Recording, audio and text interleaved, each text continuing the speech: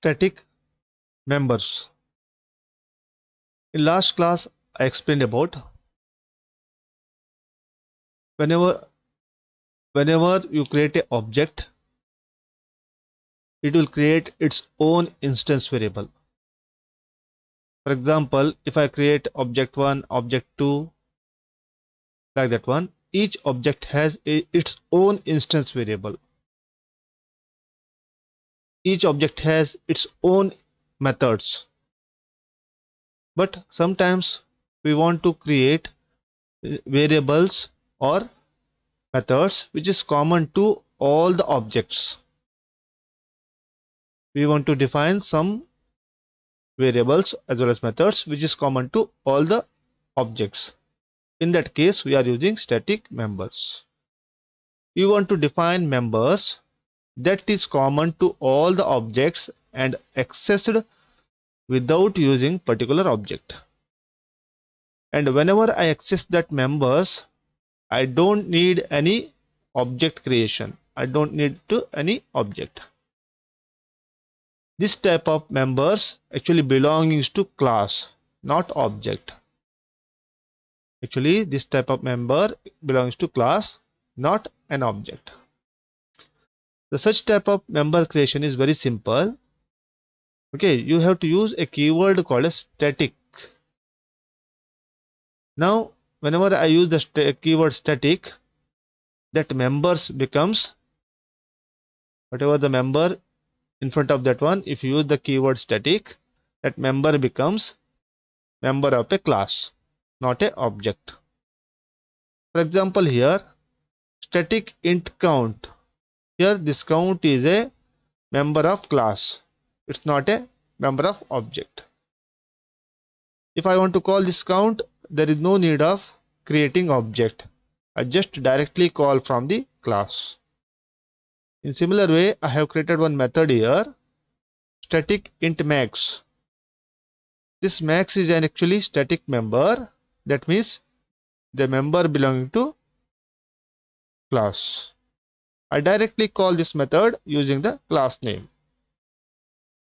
The members that are declared static as shown in above are called static members. Since these members are called using class, so sometimes these members are also called as class variables as well as class methods. Static variables are used when we want or we have a variable common to all the instances. The static variable used when we need some variables which is common to all the instances of the class. In that case, we are using static variables. One example here is, if I want to count how many objects I have created from a class. Whenever I have created an object, I want to increment one variable. It should be common to all the objects. In that case, I have to use static variables. I have created one static variable count. Whenever I have created a new object, the count value increased. So I need a common variable. So that is done with the help of static variables. Because whenever you create a static variables, it will create only one copy instead of multiple copy in each object. It will create only one copy, and that copy is actually shared by all the instances or objects. Next one is called as static methods. Can be called without using the object. I already mentioned that. If I want to call a static methods, I don't need an object. I directly call using method name. I directly call using class name and dot and the method name. There are many static methods are already defined in number of classes in Java. One of the example is here our main class, which is you already studied. In main class, all the methods which is declared are utility methods. All these are called as utility methods. So they are directly defined in the static format. In simple way, all the methods in the math class are actually static members or static methods. So I can directly call this method using math. So if I want to calculate the square root of 25, I have to call a method called as square root sqrt, which is available in the math class. So I return math, this is the class name, math dot square root, then parameter I have to pass. In similar way, I have many other methods like maximum, minimum, okay, log, sine, cos, tan. All these methods are actually static methods of the math. I can directly call using math dot and method name. Okay, this is the example given from math class. Now, whenever we are using or whenever we are creating some static methods, we have to remember some points, that is restrictions. The static methods can call other static methods.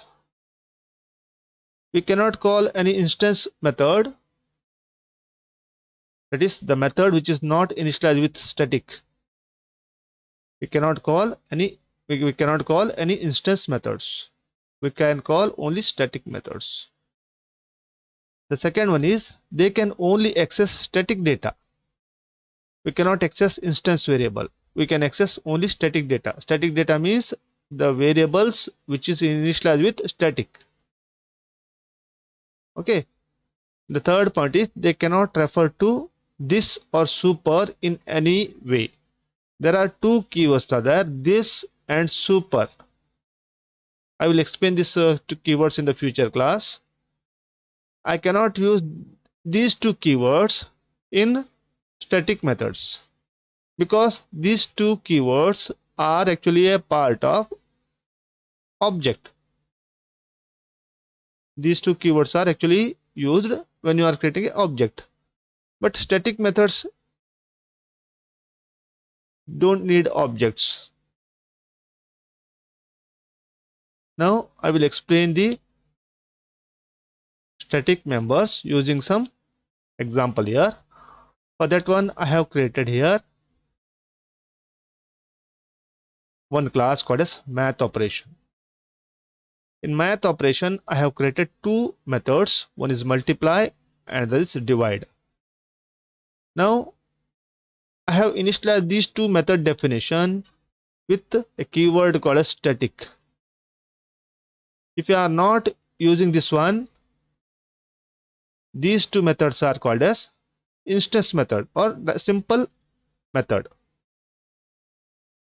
If I want to call this method, I have to create an object of math operation.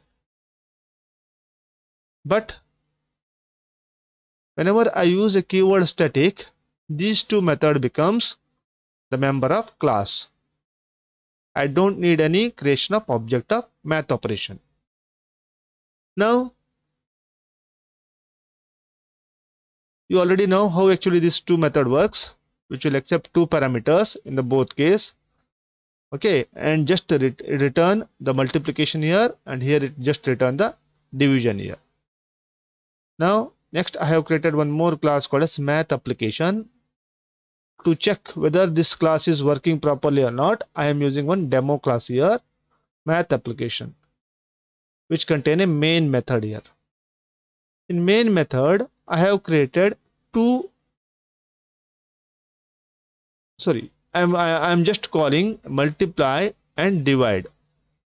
There is no need of any creation of object. I have never used any new keyword here.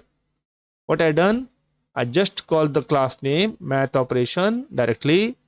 I just call the math operation, that call dot, then multiply, and pass the two parameter. It will multiply the two numbers and store it in the A. Then what I done, I call the another method divide by using the class name dot. Then I passed here a as the input and 2 as the another input, and whatever the output is there, it is stored in the B, and B is displayed here. Now if you see properly here, whenever you use the two method multiply and divide, we are not creating any object. I directly call it with the help of class name. So these two methods are actually methods of class, not objects. This is possible when I am using static method. Okay,